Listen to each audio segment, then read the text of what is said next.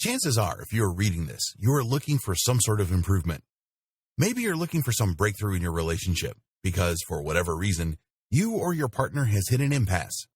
Maybe you're stuck in a job you hate. Maybe you feel that you are not in the best physical shape you're otherwise capable of achieving. Make no mistake, pain is part of the human experience. There's no such thing as a perfect life. There's no such thing as a life that involves just an unlimited number of rainbows and smiles and lollipops.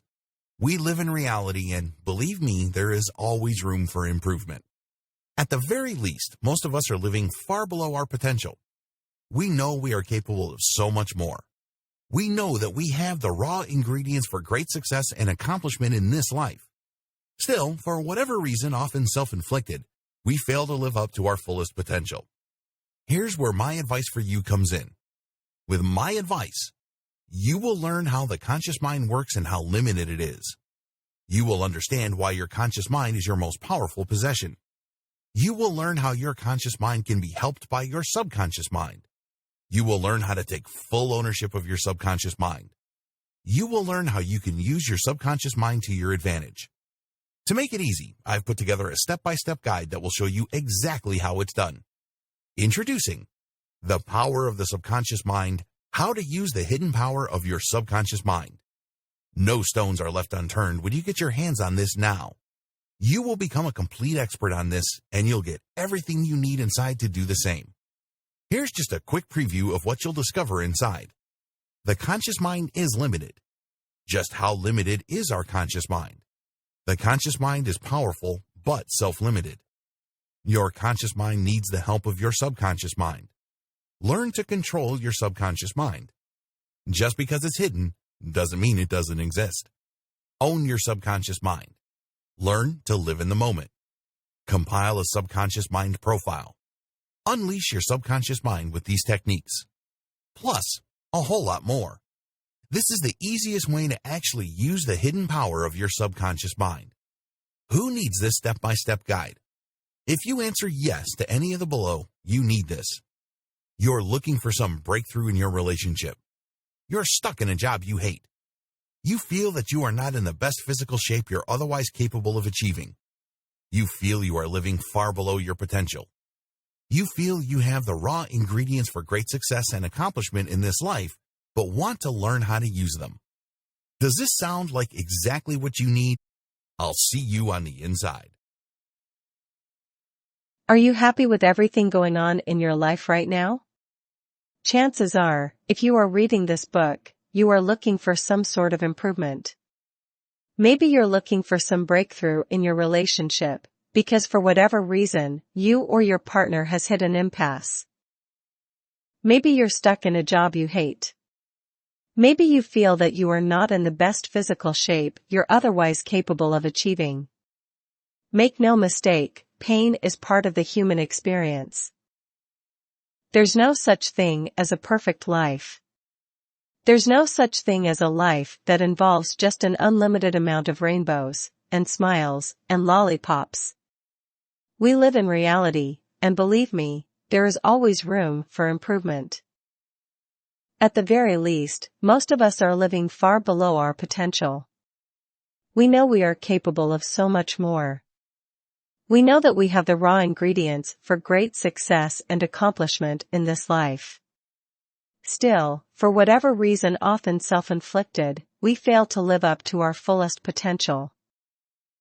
So too many of us live lives of guilt, regret, remorse, anger, resentment, and blame-finding. Please understand that if you want to achieve better things in your life, the only person that can truly hold you back spells her name this way, you. That's right, you're the person holding yourself back. If you don't believe me, look at the biographies of great people who have accomplished so much. A lot of them went through adversity. A lot of them actually had a long line of people telling them that they are too stupid, too poor, too backwards, too ugly, and gave them a million other reasons why they could not succeed. Yet they are up there, and you're down here. You have to understand that it's not where you come from that defines you. It's not your painful childhood trauma, or childhood poverty, or lack of advantages that hold you back. Many people have overcome bone-grinding poverty to die billionaires. A lot of people ended up with great careers, although they faced discouragement their whole life. So it's not your circumstances that define you. As the Stoic philosopher Epictetus said, it is not circumstances that make the man, they simply reveal him to himself. You have to understand that everything that's going on around you is an opportunity. You may be thinking to yourself, well, I'm going to jail soon, is that an opportunity? My girlfriend just broke up with me, where's the opportunity there? I'm stuck in a job that sucks, and my boss is an ogre. I don't see any opportunities. Well, the only opportunity that is always present at any time of your life is the opportunity to overcome, because what you consider a trial, an ordeal, or a hassle, somebody else can see as a tremendous blessing. It all depends on perspective. Because when you change your perspective, you change your character. Unfortunately, too many of us expect the world to be fair. We expect a smooth ride. We expect things to be handed to us. We believe that success is our birthright. We only to start, and before we know it, sooner or later, we will get to our destination. Unfortunately, life doesn't work that way. And to add insult to injury, when we are given this education, we become resentful. We blame other people. We think that life is just a big joke. It doesn't have to be that way, and it all begins with your subconscious mind. Please understand that your conscious mind is just part of the equation of your personal reality. If you keep discounting, ignoring, or overlooking your subconscious mind, you're going to perform far below your fullest potential. Sure, you may be able to achieve many things, but can you imagine how much more you could have produced with your life if you had tapped into the power of your subconscious mind? I'm not necessarily talking about money, although many people achieve that. I'm talking about just personal happiness and contentment, and the certainty that you lived a life worth living. Sadly, most of us fail to do this, because we put so much stress on our conscious mind that we wear ourselves out. It's like trying to participate in a bicycle race with a bike that has only one functioning wheel. You neglected the other wheel. You're not going to get far. This book teaches you the power of the subconscious mind and how you can use it to your advantage. The conscious mind is limited by perception and experience. It works on a garbage in, garbage out principle. It's only as good as its input. If you want to maximize the power of your conscious mind, you need something else, you need the help of your subconscious mind. Using only your conscious mind means living in a psychic prison. When you focus only on using your reason and emotion rooted in your conscious mind, you are limited by space, time, and circumstances. There's a whole other world out there. There are many layers to that world. Unfortunately, you're completely blind to it because you're focused only on what you can see, touch, taste, hear, and smell. You're bound by the limitations of your senses. The conscious mind is very easy to enslave. It's not unusual for great historical people to say and do things that we find repugnant today. How come? They are a product of their times. In other words, they were thinking consciously and rationally based on the world that they saw and interacted with during their historical period. Yet their lives had the seeds of greatness, and we still benefit from their work and their achievements. Still, their limitations are glaring.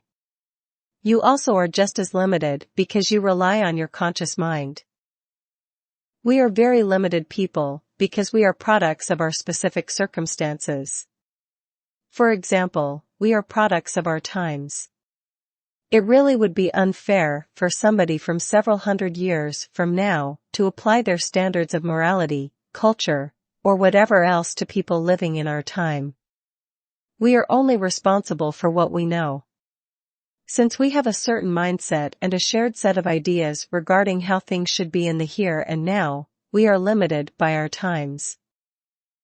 This is still a limitation. We're also a product of our conditions. It really would be unfair for us to judge somebody who grew up in a certain environment to behave and have the values of somebody who did not grow up in that environment. Of course, this has limitations as well. There are certain common values that we expect of human beings regardless of their or biography, but, by and large, it is perfectly understandable for people to be judged based on the conditions they found themselves in. It would be great if all of us could overcome our conditions and live up to the highest standards, but we're only human. Another limitation is that we are products of our culture. It's very easy to define culture as involving a certain types of dress and a certain cuisine. Those are superficial cultural differences. Cultural differences actually run deep. They impact how you view life, your general attitude, how you get along with others, and how you define the good life. Your culture also plays a big role in what your personal priorities and values are. We can debate all day long and then some on the issue of whether all cultures are equal or have the same value or lead to the same place. With that debate aside, it is indisputable that culture does play a big role in how people turn out. Going even deeper, when you notice that most people have certain cultures, it's easy to see where that cultural membership draws its power from. When you're a member of a culture, you want to go along to get along. You want to be part of a crowd. You want to be accepted. There's a tremendous value in a sense of belonging. This puts tremendous pressure on people who grow up in their own culture to behave and think a certain way. The truth is, given all these limitations, instead of taking our minds to the next level and expanding it, these limitations shrink our minds. It restricts our sense of possibility. They work to shape, warp, and constrain our ability to become whoever we want, whenever we want, and to otherwise live life on our own terms. We are limited by our training. Your parents programmed you. A lot of your personal destiny has been set in stone by the people who raised you. It doesn't matter whether you grew up in a traditional American nuclear family, or a variation of it. Whoever took care of you played a major role in setting the course of your life. This is a limitation on your conscious mind, because your conscious mind can process many other courses. It can process many other maps, but it stuck to the map that it first became aware of. Where's the power there? The conscious mind is bound by habit. It's human nature to stick with what we know. We know that there are better things out there. There are better paths, but we are already familiar with our path. We are already comfortable with our programming, so we stick with it. We know we are capable of so much more, but because of the sheer force of habit, we stay on the course, we remain stuck. The conscious mind is bound by reputation. Deep down inside, a lot of us live for other people's validation. This is why we hang on to our programming. We know that it's suboptimal. We know that we could do better. We know that there are other forms of programming out there that may take us to a much higher level, but we stick to our programming because we want the people around us to approve. They stick to pretty much the same programming. We're going to stick out like a sore thumb if we choose another path. So because we want to go along, to get along, we stick with the tried and proven. Sadly, a lot of the time, the collective mindset that we seek to preserve, as far as our conscious mind goes, does us a big disservice. We could be soaring high. We could be going so much better, but we stick to tradition, custom, and social expectations. The conscious mind is easily overruled by emotion. It is no surprise that a lot of shoppers in the United States buy product after product when they don't really need it. In fact, the vast majority of commercial decisions in the United States and elsewhere are actually impulsive by nature. The reason for this is our conscious mind is easily overridden by emotion. We let our emotions get the better of us. Instead of us responding to situations based on our highest values or priorities, we let our emotions take over and we feel helpless against it. So despite the fact that we know that we are going to be spending more money than we have, and we are going to regret it later on, we still go through with it.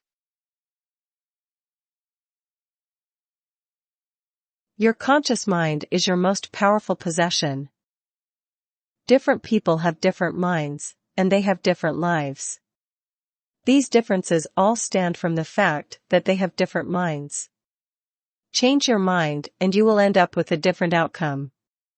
It is not easy, nor is it smooth, but changing your mind is the first step to fundamental change. Your conscious mind impacts how you edit your personal reality. Believe it or not, every single human being on this planet edits his/her own reality. Every single second, the outside world bombards you with thousands of stimuli. Thanks to your programming, you choose to become aware of only a tiny fraction of that stimuli.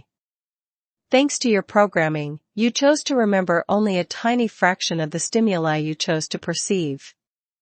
Your mindset then kicks in and interprets what you chose to remember, and this can trigger an emotional state, which leads to your saying and doing things that other people will notice. That's how you change your reality, and it all begins with your conscious mind tied into the mindset that you have. Your life is the product of your mindset. It's very easy to think of mindset as some sort of optional operating device. It's very tempting to dismiss it as something that just plays in the background with no real effect on how your life turns out. The problem is this is so far from the truth that it's funny. Your life is the product of your mindset. The way you look, the way you talk, who you hang out with, your values, what you strive for, everything. That's how crucial your mindset is. Sadly, too many of us go about our day thinking that mindset doesn't really matter. In fact, a lot of us carry on with the thinking that somehow, some way mindset is just one empty detail about us. Not much different from having a favorite shirt color or preferring a certain haircut. That's too bad because if you take ownership of your mindset, you would quickly realize that you chose your mindset. It's a choice. It's like choosing between the Apple operating system and the Windows operating system. We all pretty much have roughly the same type of hardware. We have 2 eyes, 1 nose, 1 head, 2 arms, you name it. However, the big difference between people is the mental software they choose to install. That is your mindset and it is chosen. Going with this central and fundamental fact, nothing ultimately is an accident. It all begins with the mindset you chose. When you choose a certain mindset, you start viewing reality a different way. It may start out as a small difference, but it can lead to a completely different place. You make totally different decisions. You feel different emotions about different things. Sadly, too many people fail to realize this. They refuse to take ownership of this. Not surprisingly, their mindset often works against them instead of working for them. Instead of taking their lives to the next level and allowing them to live out their lives according to their fullest potential, they live small, defeated, and powerless lives. The worst part to all of this? They chose that existence. Your conscious mind is often enslaved by your mindset. Your conscious mind is very powerful. Think of it like a powerful machine on a factory floor. But your mindset is the software that you install on that machine. Keep this in mind, because you can have the most powerful computer on the planet at your disposal, and program it to play only video games. Wouldn't that be a waste? Well, guess what? People do it all the time. You have an awesome biochemical computing machine called your mind, and you fill it with junk. Your mindset chooses only to look at the negative, the limited, the depressing, the pathetic, and your reality is the outcome. Is that a good use of that powerful reality bending and editing machine? You decide. I think you know the answer. You often waste the power of your conscious mind. When was the last time you read a novel? When was the last time you analyzed a work of art? When was the last time you thought about your life, and came up with deep insights that changed the way you look at certain things that happened in your past, or things that you normally worry about regarding the future? If you're like most people, the answer is once in a while or never. Those activities are part of your conscious mind.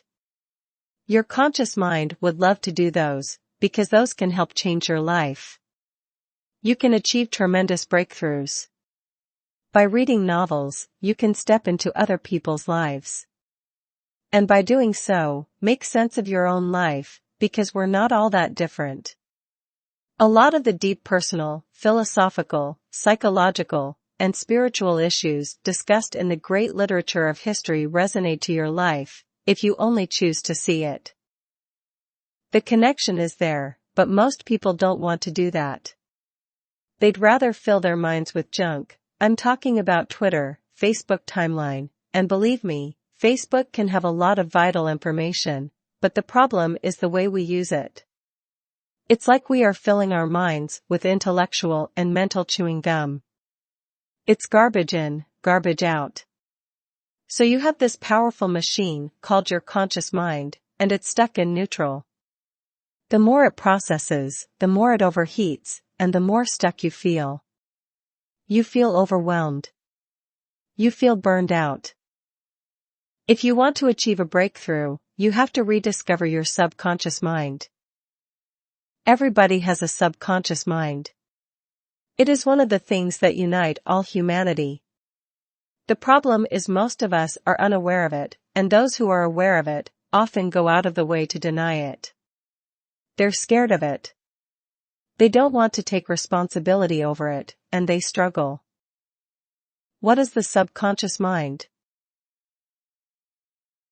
It is very to understand the conscious mind, because we are aware of its operations. When we make judgment calls, when we make decisions, when we think about somebody, or we're thinking about what to say while we are dealing with other people, our subconscious mind is at work.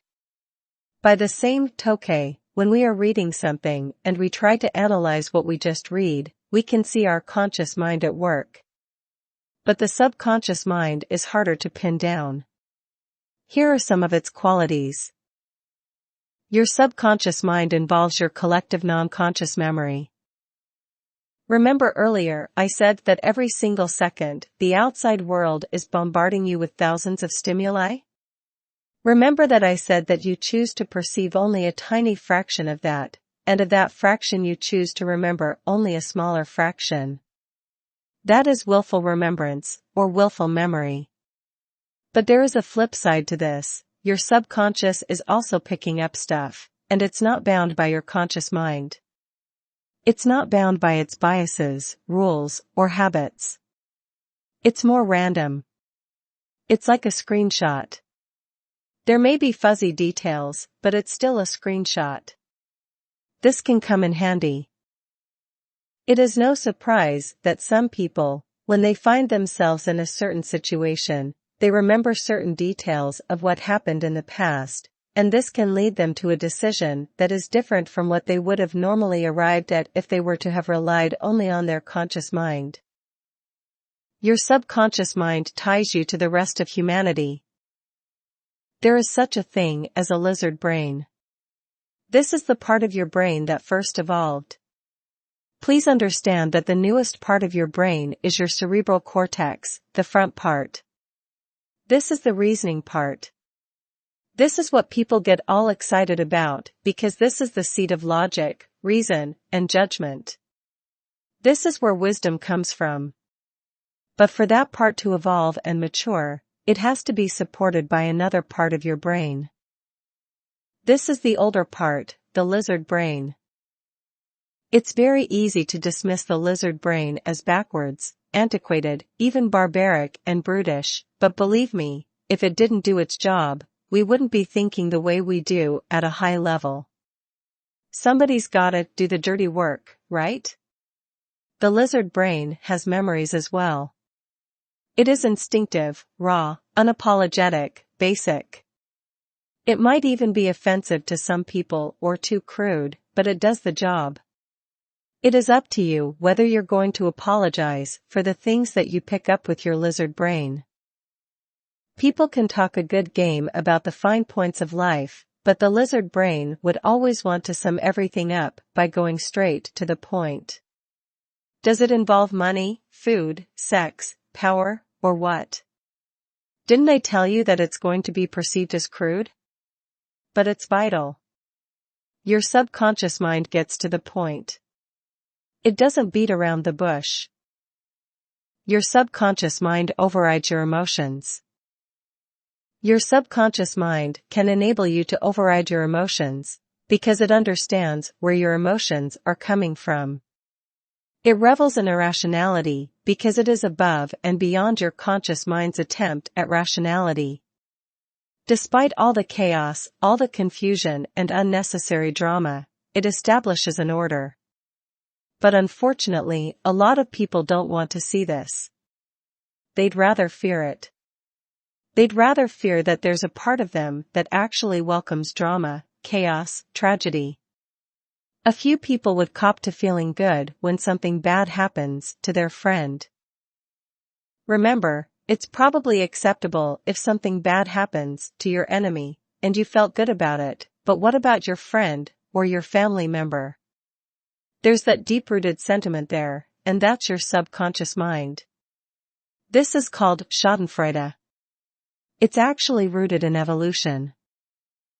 Think of it this way, if you were transported tens of thousands of years back in the age of the cavemen, and there was a bear chasing you and a buddy, your number one goal is to basically outrun your buddy.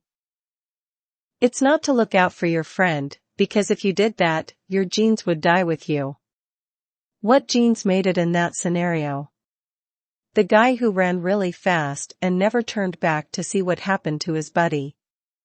I know it's harsh, but this is the subconscious mind we're talking about. It is filled with all sorts of unpleasant realities, sentiments, and tendencies we are embarrassed about, or would rather deny. Still, they are real. Your subconscious mind is the source of your intuition.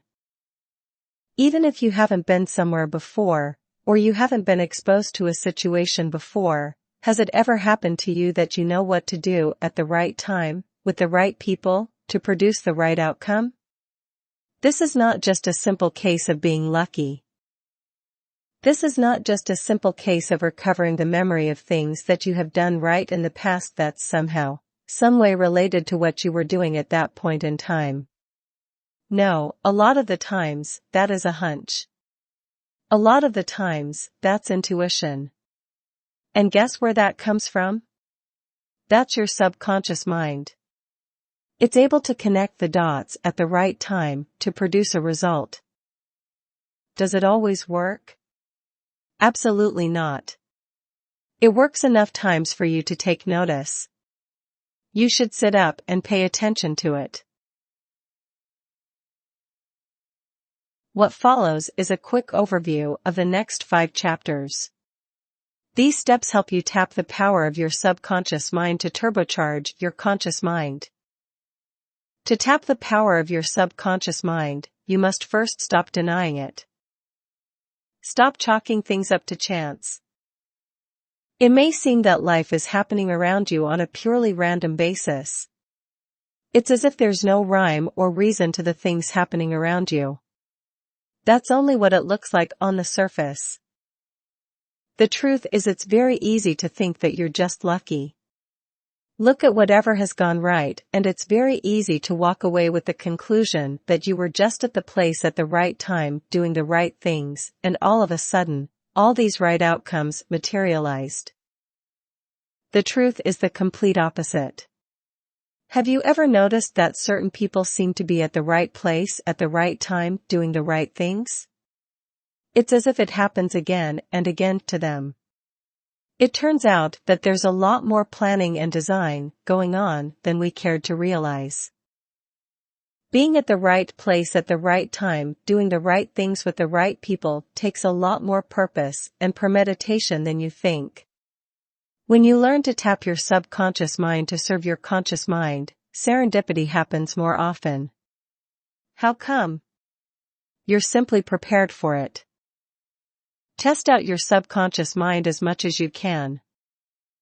You need to go from fearing your subconscious to actively collaborating with it. If you are feeling stuck in any area of your life, or you are frustrated with any kind of decisions you made in the past, you need to recruit your subconscious mind. It turns out it's not the boogeyman man hiding under your bed threatening and scaring you.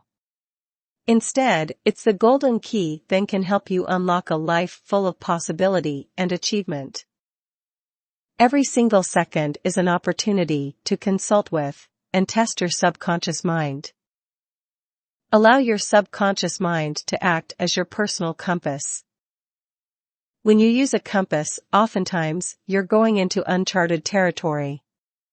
You are venturing to a place you haven't been to before. When you learn to trust your subconscious mind, you allow it to become your compass. It points you in the right direction. Paired with your memory, you can allow work with your subconscious mind to draw up a map. It points you in the right direction, then you reference that direction with the things that you have observed and experienced in the past, and you connect the dots. This is how you create a map. You haven't been there before. You haven't achieved certain things before, but it doesn't matter. Thanks to your subconscious mind and your willingness to trust your intuition as well as your clear, focused memory, you now have a map. Take ownership of this map and you'd be surprised where you end up. Do a subconscious mind self-audit. When you do a mind self-audit, you will be surprised at what you will find out. You will be surprised at just how powerful your mind turns out to be. You would also be surprised at how versatile, flexible, persevering, and tenacious you can be. However, none of this is possible until you are willing to peel off the curtains of your subconscious mind, look deep within. It's definitely going to be scary, because most people do not dare to venture into that territory. However, just like with any great discovery, fear often gives way to excitement and, ultimately, victory and pride. Your subconscious mind is all too real. If you are in any way unhappy with your life, a lot of it is because you have relied too much on your conscious mind. You have left dormant your most powerful possession, your full mind. Your full mind, of course, is made up of both your conscious and subconscious mind. Whatever it is that you've achieved, whatever it is you're proud of, whatever it is people pat you on the back for, you know deep down inside, you could be doing more, and you could have gone farther. But unfortunately, you relied only on your conscious mind. In fact, if you're like most people, you feel that's the only thing you can do. Stop using your subconscious mind as a Ferrari doorstop. How ridiculous is the idea of a Ferrari doorstop? Can you imagine spending more than $400,000 on a car only to use it as a doorstop or paperweight? Sounds crazy, right? Too stupid to be true. Well, that's how most people deal with their subconscious mind. They're scared of it. They don't exactly know what it is. So they shut it aside, and then just focus on her conscious mind. And guess what happens? They don't thrive as well as they would if all cylinders of their minds are working. This requires the subconscious mind. Your subconscious mind will hold you back if you don't deploy it. Your intuition, as powerful as it is, can always work against you. You can develop negative instincts. Have you ever noticed that a lot of successful people, who otherwise dominate their field of expertise and are at the top of their game, often sabotage themselves? This is because they did not let their subconscious in on their plans. So what happens is your subconscious mind fuels your negative instincts. Please understand that for everything that you work for, there is always an opposite force. Unfortunately, if you don't master your subconscious mind, it will always end up on the other end. Let's put it this way, if you're working towards a goal, what naturally happens in your mind? You're all pumped up and excited about your goal. You're making all these plans, you're putting into work. Everything looks good, but at the other side of your consciousness is the part that's doubting. The other part is saying that it can't be done. The other part that is saying that you don't have it in you. Guess what happens to your subconscious mind? Where do you think its raw power goes to? Similarly, if you are married, or you are the pillar of society, you have to put up appearances. But there are inner drives in you, like maybe an addiction to porn, an addiction to sex out of marriage, or some other addiction. Guess which part of you fuels that? That's right, your subconscious mind. How come? You did not take full ownership of it. The more you ignore your subconscious, the more mysterious it appears.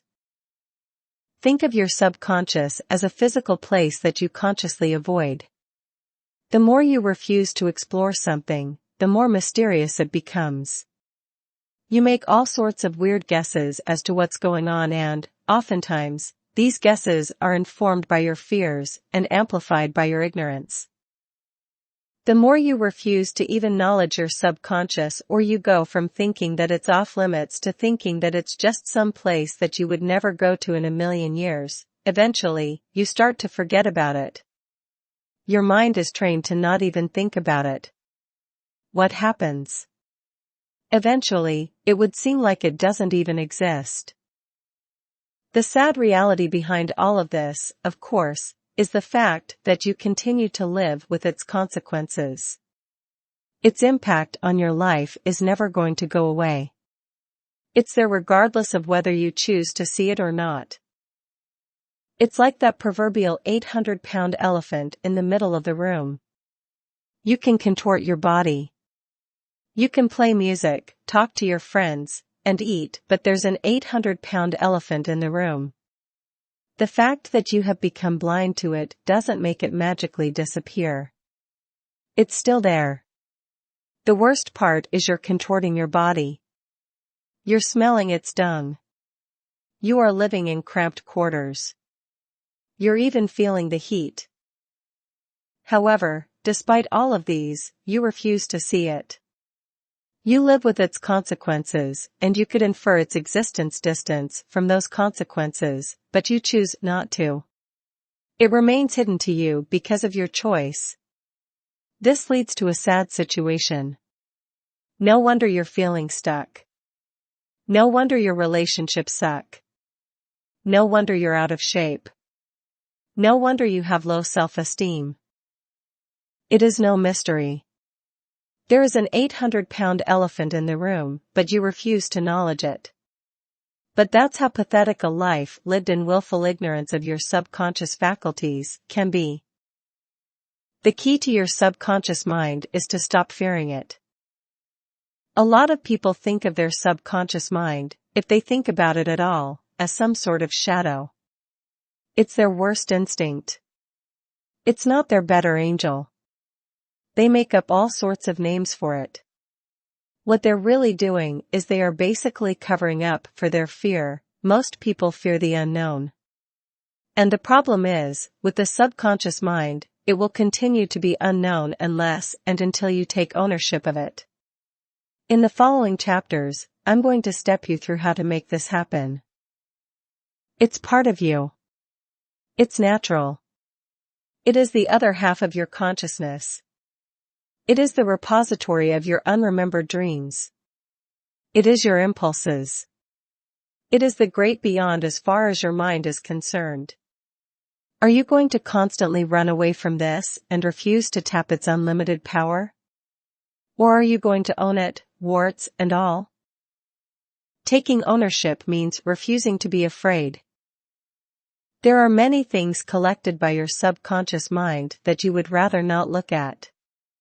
This may be childhood trauma. This may be sick, twisted, and embarrassing thoughts that you may have. You have to overcome your repulsion to these things when you take ownership of your subconscious mind, because it is part of you. That fact is not going to go away. This is part of you. And if you want to change something or change its direction or make it work towards a better outcome, you have to first claim ownership and stop fearing. Taking ownership of your subconscious mind means refusing to feel guilty. If you emotionally beat yourself regularly, please understand that this is not just some free-floating anxiety. It's not just something that enters your mind because your brain has nothing else better to do. This comes from somewhere. It has a cause. It is not random. When you take ownership of your subconscious mind, you can start refusing to feel guilty. Feeling guilty is a choice. When you feel remorse or regret about certain things that happened in the past or choices that you've made, those are your interpretations of those facts. You can choose to learn from them and move on, or you can choose to beat yourself up emotionally over and over again. It's your choice.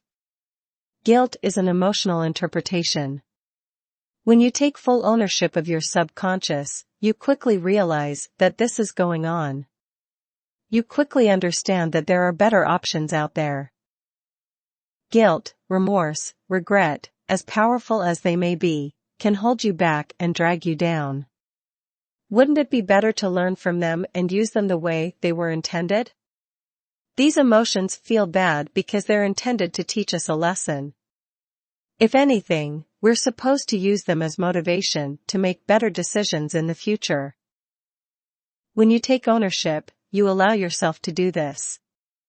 You allow yourself to be curious again, because now you could look at how you've been coping and try to come up with an alternative.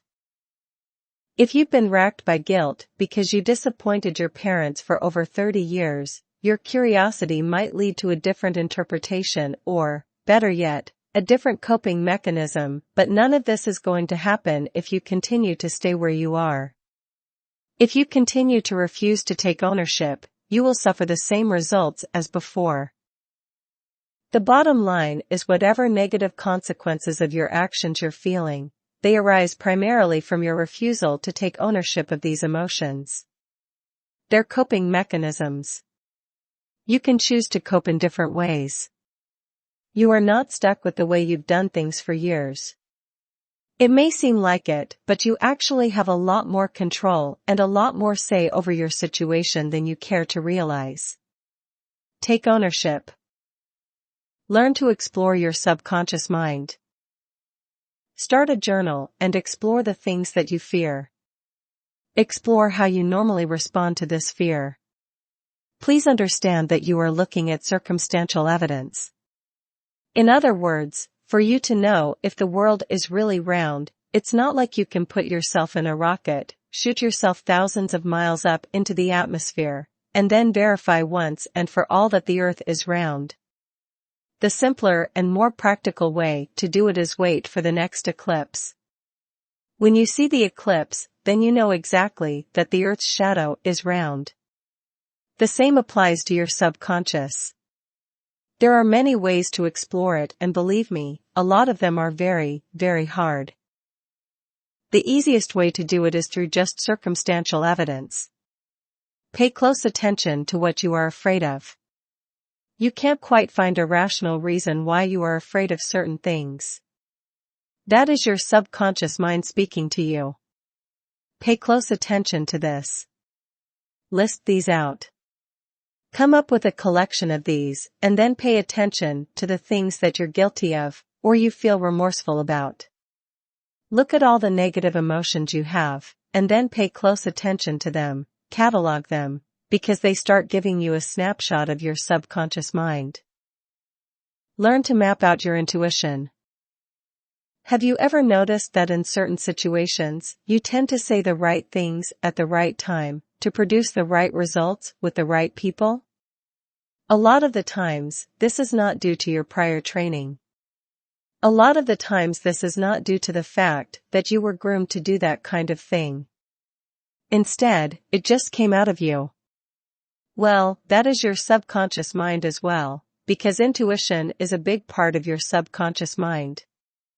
Map that out, become fully aware of that. Wrap your mind around it.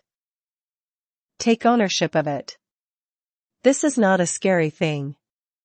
A lot of people think that this is some sort of scene from The Exorcist, or some horror movie. In fact, judging by how some people talk about this situation, it's as if they're describing that scene in the movie Alien, where the alien punches a hole through some guy's chest as people were operating on the guy, really grotesque, really sad, and really distorted. Because your subconscious mind is beautiful. Don't be afraid of the beauty of your subconscious mind. Let's get real, a lot of your nightmares come from your subconscious mind, because this is the area that you really can't control. So a lot of your desires, a lot of your perversions, a lot of your twisted logic, and all that other mental debris, you try to segregate unconsciously into your subconscious mind. So it's kind of like a dumping ground for half-baked, unformed thoughts and frustrated wishes. But just like any garbage dump can be located near a beautiful park or a wide-open, green field right under a beautiful, wide-open, blue, endless sky, your subconscious mind can be a thing of beauty. So don't just focus on the things that you'd rather run away from, or are embarrassed about. Focus on the whole picture. Learn to live in your subconscious mind. Learn to appreciate the things in your subconscious mind and be comfortable in it, because this is the key to taking control over it. If there are certain things that you're guilty about, confront them, look at them straight in the eye. Did this really happen? And is this a reasonable reaction? You'd be surprised as to how many twisted, painful, tortured memories in your subconscious can be dealt with once and for all if you were just adult enough to stand up to them. Embracing your subconscious mind means you have to accept living in the moment. A lot of people have a tough time living in the moment. Either they are tortured by the past, or they're frozen stiff by worries about the future. But if you want to have a chance at taking full ownership and controlling your subconscious mind, you have to take control of it with the present in mind. In other words, be aware of the present moment. Your mind should be focused right here, right now. Be fully conscious as much as you can. Get rid of sentimentality and delusions. There are many different types of delusion. The most delusion is that we think that we should act a certain way, or have a certain bearing, because that's how what other people around us expect us to do. It's some sort of protocol. It's some sort of unwritten rule that we have to follow. You can't handle your subconscious mind that way because it's deep down in you, and it's personal. You have to deal with it in the rawest and most immediate way. It's not going to be pretty. There's going to be a lot of memories there that you have been avoiding. They're probably going to freak you out, but you have to take control of them. You have to take ownership of them. This is no time to put up appearances. This is no time to try to live up to other people's expectations, forget that.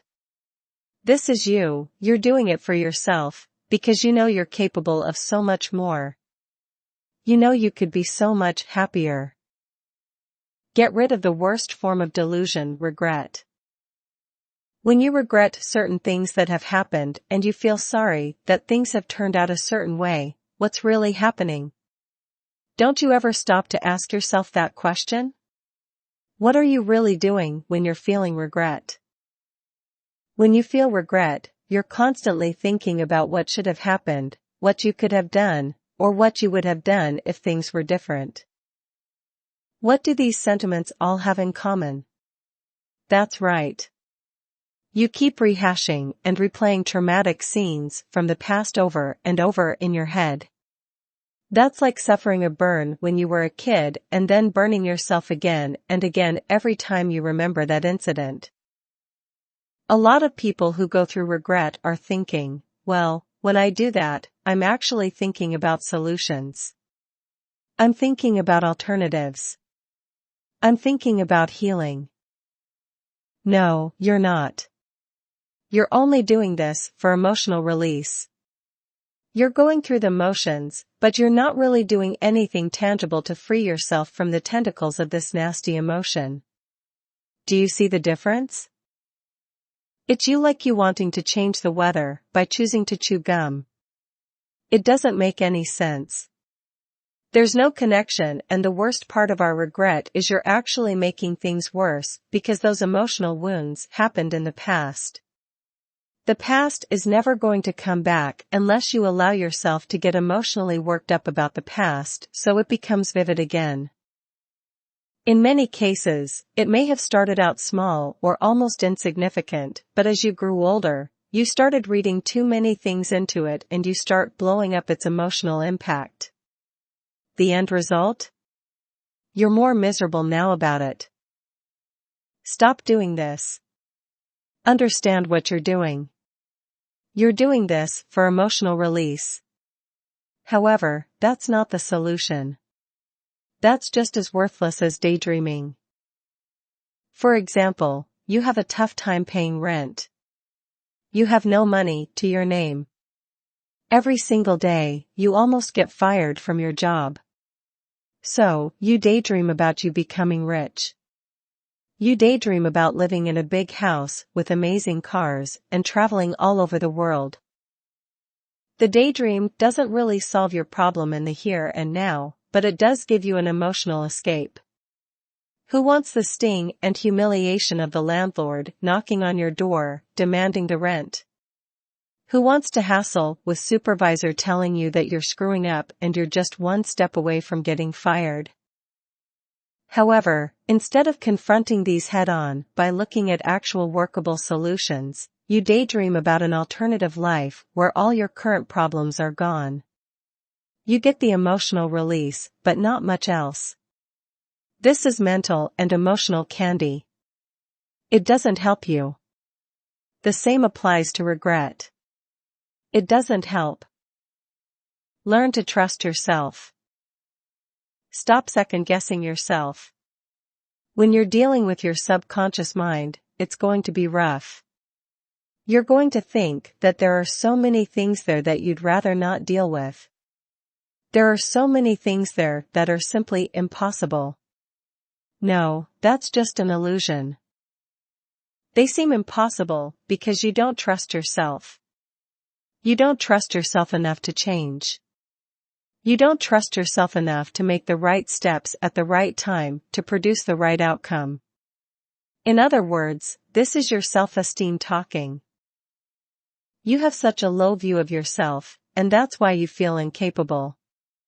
Other people have overcome that fear and tapped into their fullest mind.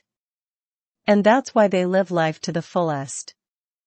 If people can do that, why can't you? You're not much different from them. The only difference really is attitude. Catalog your subconscious mind. As I have said earlier, list down all your fears. List down all the things that are making you guilty. List down all the things that are making you anxious. List down all the things that are making you sad. List all of the things that you think you remember, that have a profound emotional impact on you. Also, list down the crucial turning points in your life that led you to where you are. Now, once you have all these information, you're ready to come up with a circumstantial investigation of your subconscious mind. To hunt a fugitive, the FBI starts out with a profile. Your personal fugitive is your subconscious mind.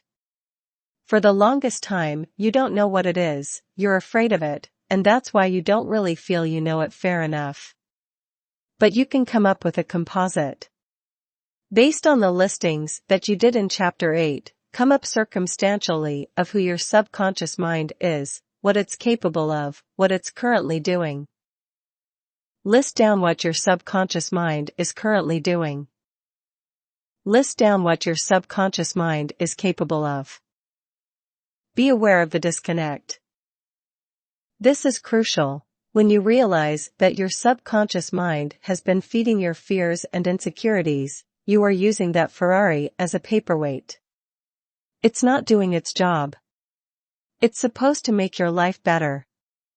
It's supposed to make you feel empowered. It's supposed to give you the tools that you need to live life to the fullest. Instead, it's making it worse. Instead, you're using its power to fuel the things that are dragging you down, holding you back, and making you feel small, weak, powerless, ugly, repulsive, unemployable, pathetic, and sad. Is this what you want? This is not what most people want. But the problem is, you can say, "This is not what I want." In fact, you can say it until you're blue in the face. But if you're like most people, you have fallen in love with your handcuffs. You've fallen in love with the invisible prison that you've surrounded yourself with, because it's the only thing you know.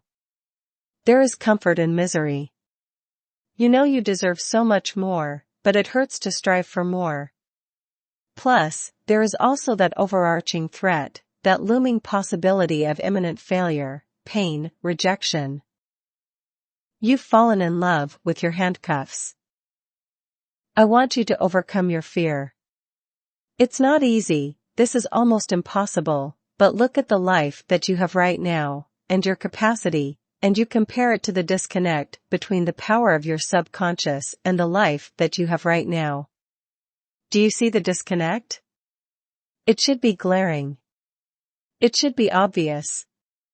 People 10 miles away should be able to see it without even using binoculars, or even glasses.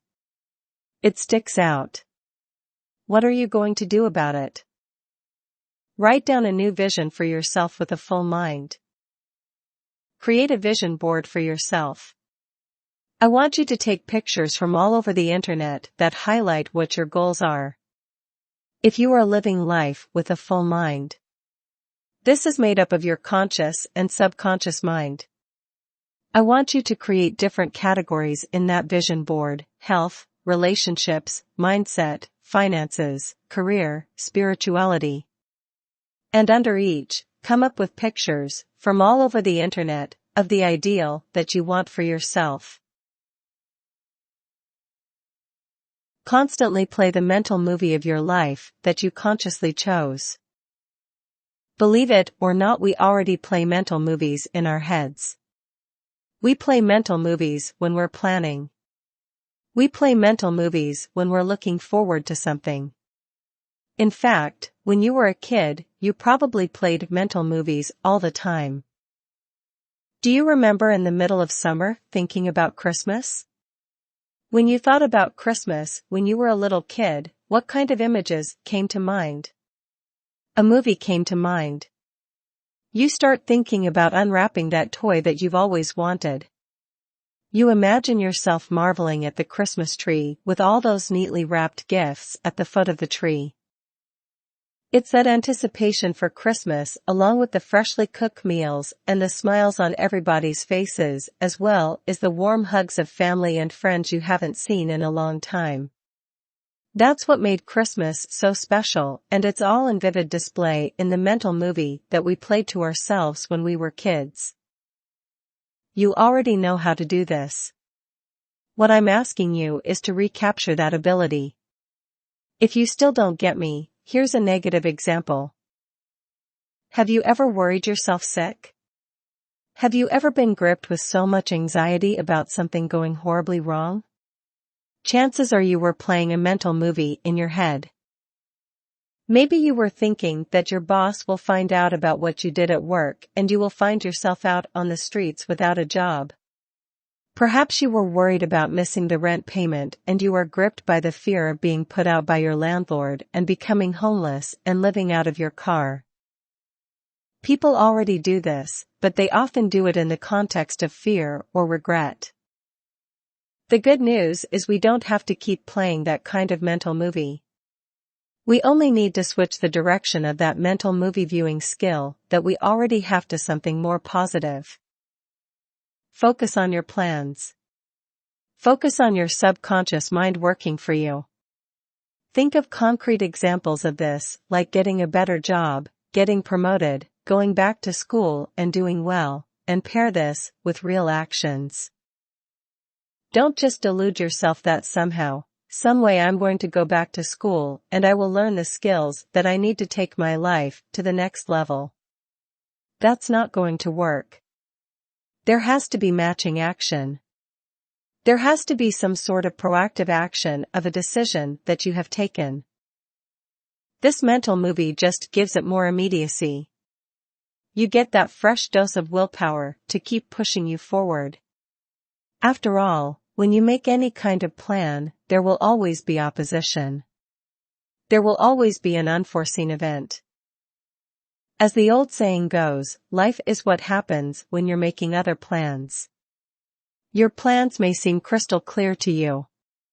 Everything might fit neatly, but, by the time you actually take action on them, things turned out to be a bit more complicated than you had hoped. That's how life works. Life is full of curveballs. You're going to have to roll with the blows. Learning how to play your mental pictures the right way works wonders in rolling with the blows and making you more versatile and flexible as a person. Write down the ideal life for yourself based on your vision board. Do you have the images? Now, write down a summary of that. Write down a script of that. Read it again and again until you can memorize it. Does it make sense to you? Does it strike deep? Is it true?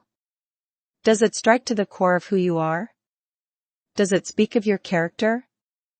If your answer to any of these is no, you have to go back to stage 1, and repeat until you answer all these questions with a resounding yes. Turn your statement into a mental video. Now that you have a statement of your full mind enabling you to achieve your biggest goals in life, turn it into a VED. Imagine yourself with a full mind achieving these things. It must be vivid, it must be clear. There has to be no hint of a hope, a wish, or some passing fancy. It has to be so real in your mind that you can reach out and touch it. Unleash the power of all your senses when mentally rehearsing your desired reality. Your subconscious mind remembers. It writes future reality in the form of intuition, but you have to help it along. You have to keep rehearsing the mental movie that you have written for yourself and make sure that you engage all your senses. While sitting back and watching a movie play out in front of our eyes is very powerful, we can take things to the next level when we add all our other senses in that movie. Don't just imagine the things that you can see. Don't just vividly see an alternative reality. Pay attention to what you hear, touch, taste, and smell. Engineer these into your mental video. This is your preferred reality. This is your chosen outcome. Unleash the power of mental states. There are many times in your life when you feel empowered. It seems like your body and your mind are lined up, and you are able to make things happen. Remember that time at work when you were tired, but you were still able to complete your assignment and then some? Remember that time at school when you're supposed to read 200 pages, and you were able to finish 500 pages? Remember that sense of pride that you got when you graduated high school and received your diploma. Zero in on those memories. Tap the power of your subconscious mind, animating those memories. Because if you can achieve that same physiological state, you would be able to overcome your conscious mind's worries, limitations, and blockages to achieve the same result. Let's put it this way, if you were able to achieve success in the past, what's preventing you from achieving victory now? You were able to do it before. So when you assume the physiological state, when your chest is out, when your back is straight, when your eyes are wide open, and there's a smile on your face, and there's this can-do attitude that just basically fills you, you are able to break out of the current funk that you're in.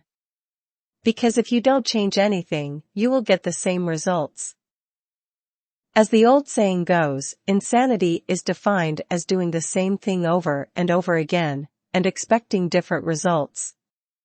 That's not going to happen, so you have to change what you do. That means change your physiological state, because obviously, it's not doing you any favors, and you need your subconscious mind for this. Trust your subconscious mind when doing planning. It's very easy to plan on a straight 1-2-3 basis. You're basically just going through the motions. You're just filling in a template of what you already know. There's really no creativity there, much less intuition and insight. This is where your subconscious mind can come in. Look at that blank page, and instead of feeling bound to do things the exact same way you've done them 1,000 times before, let your subconscious mind fill that blank page with no preconceptions. You'd be surprised at the results. You'd be surprised at the connections you are able to make, which can lead to breakthroughs. Please understand that this requires discipline. So your subconscious mind and your conscious mind has to line up, but the good news is, if you just let your subconscious mind fill it out, just off the top of your head, anything that comes to your mind, and then you can reorganize, and then rationalize, and then come up with something better. Learn to trust the moment. I know you're supposed to hold your tongue. I know you're supposed to think before you talk, but oftentimes great breakthroughs are made when something out of the blue was said at the right time, and this changes the trajectory of the conversation, and unleashes a chain reaction. Remember, you are always sending vibrations to the lives of other people around you. You have an effect on the universe. You have an impact. It can be your facial expressions. It can be your proposals. It can be your actions. It can be your words. There's just so many ways you can impact people around you. But instead of constantly checking yourself, worried sick about what other people would think, trust your subconscious mind if it's pushing you to say something. It may come off as rude, it may seem like you're interrupting people, but that might be exactly what's needed. That might be the push that leads to the breakthrough. So trust yourself. Tap your subconscious mind to forgive yourself. There are many memories that we hang on to that make us sick to this very day, or make us feel bad, or feel small. They are flat-out lies, seriously. They are false memories. They had some sort of association in the past, and for whatever reason, we thought it actually happened, when it turns out it's not true. You have to be honest with your subconscious mind because it's stockpiling all of these. Your conscious mind contains some of these, but your subconscious mind gives it power. So your job is to revisit your personal past. I know that it's painful to think about past child abuse. You're probably not all that thrilled to remember that day when your father abandoned your family, but you have to look at those events and figure out what actually happened, what is its interpretation, and what did I blow up out of proportion, what did I read in. You'd be surprised that even in situations where bad things did happen, like your father or your mother did abandon you, it doesn't have to be crippling. It doesn't have to be this weight that you have to carry with you for the rest of your life. Allow your subconscious mind to unlock its secrets and get in there, and take ownership of its contents, catalog them, and then analyze them. Ultimately, it's all about, are the memories that I'm holding on for dear life helping me to get ahead, or are they just dragging me down and making me feel small, or weak, powerless, ugly, repulsive, talentless, incompetent, stupid? You're the only person who knows how to do this, because everybody's different. But you have to go in there, you have to get into that mental warehouse of your subconscious mind and take stock. Otherwise, these things will have weight. The weight of the past will continue to drag you down along with the fear of the future. Take control of your life today. Every single day you wake up, you're a day closer to your eventual death. I don't want to sound grim, I don't want to depress you, but this is a reality check.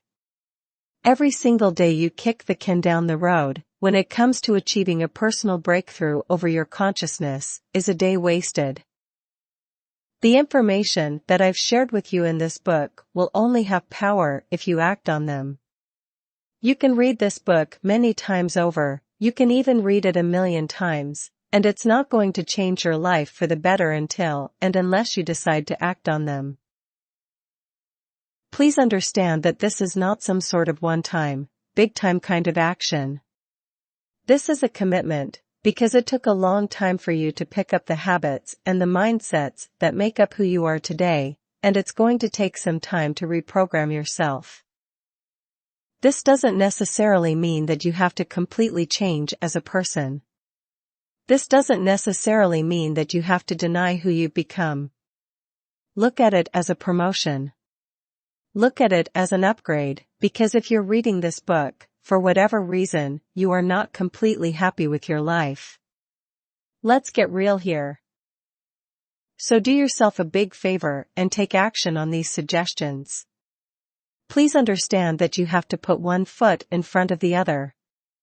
Take it day by day, but eventually, you will get there. Your number one weapon? Honesty. Be completely honest with yourself. You should not have any sacred cows. Instead, you should gear up for a nice barbecue. Turn your sacred cows into nice burgers, steaks, and burritos. I wish you a happy journey.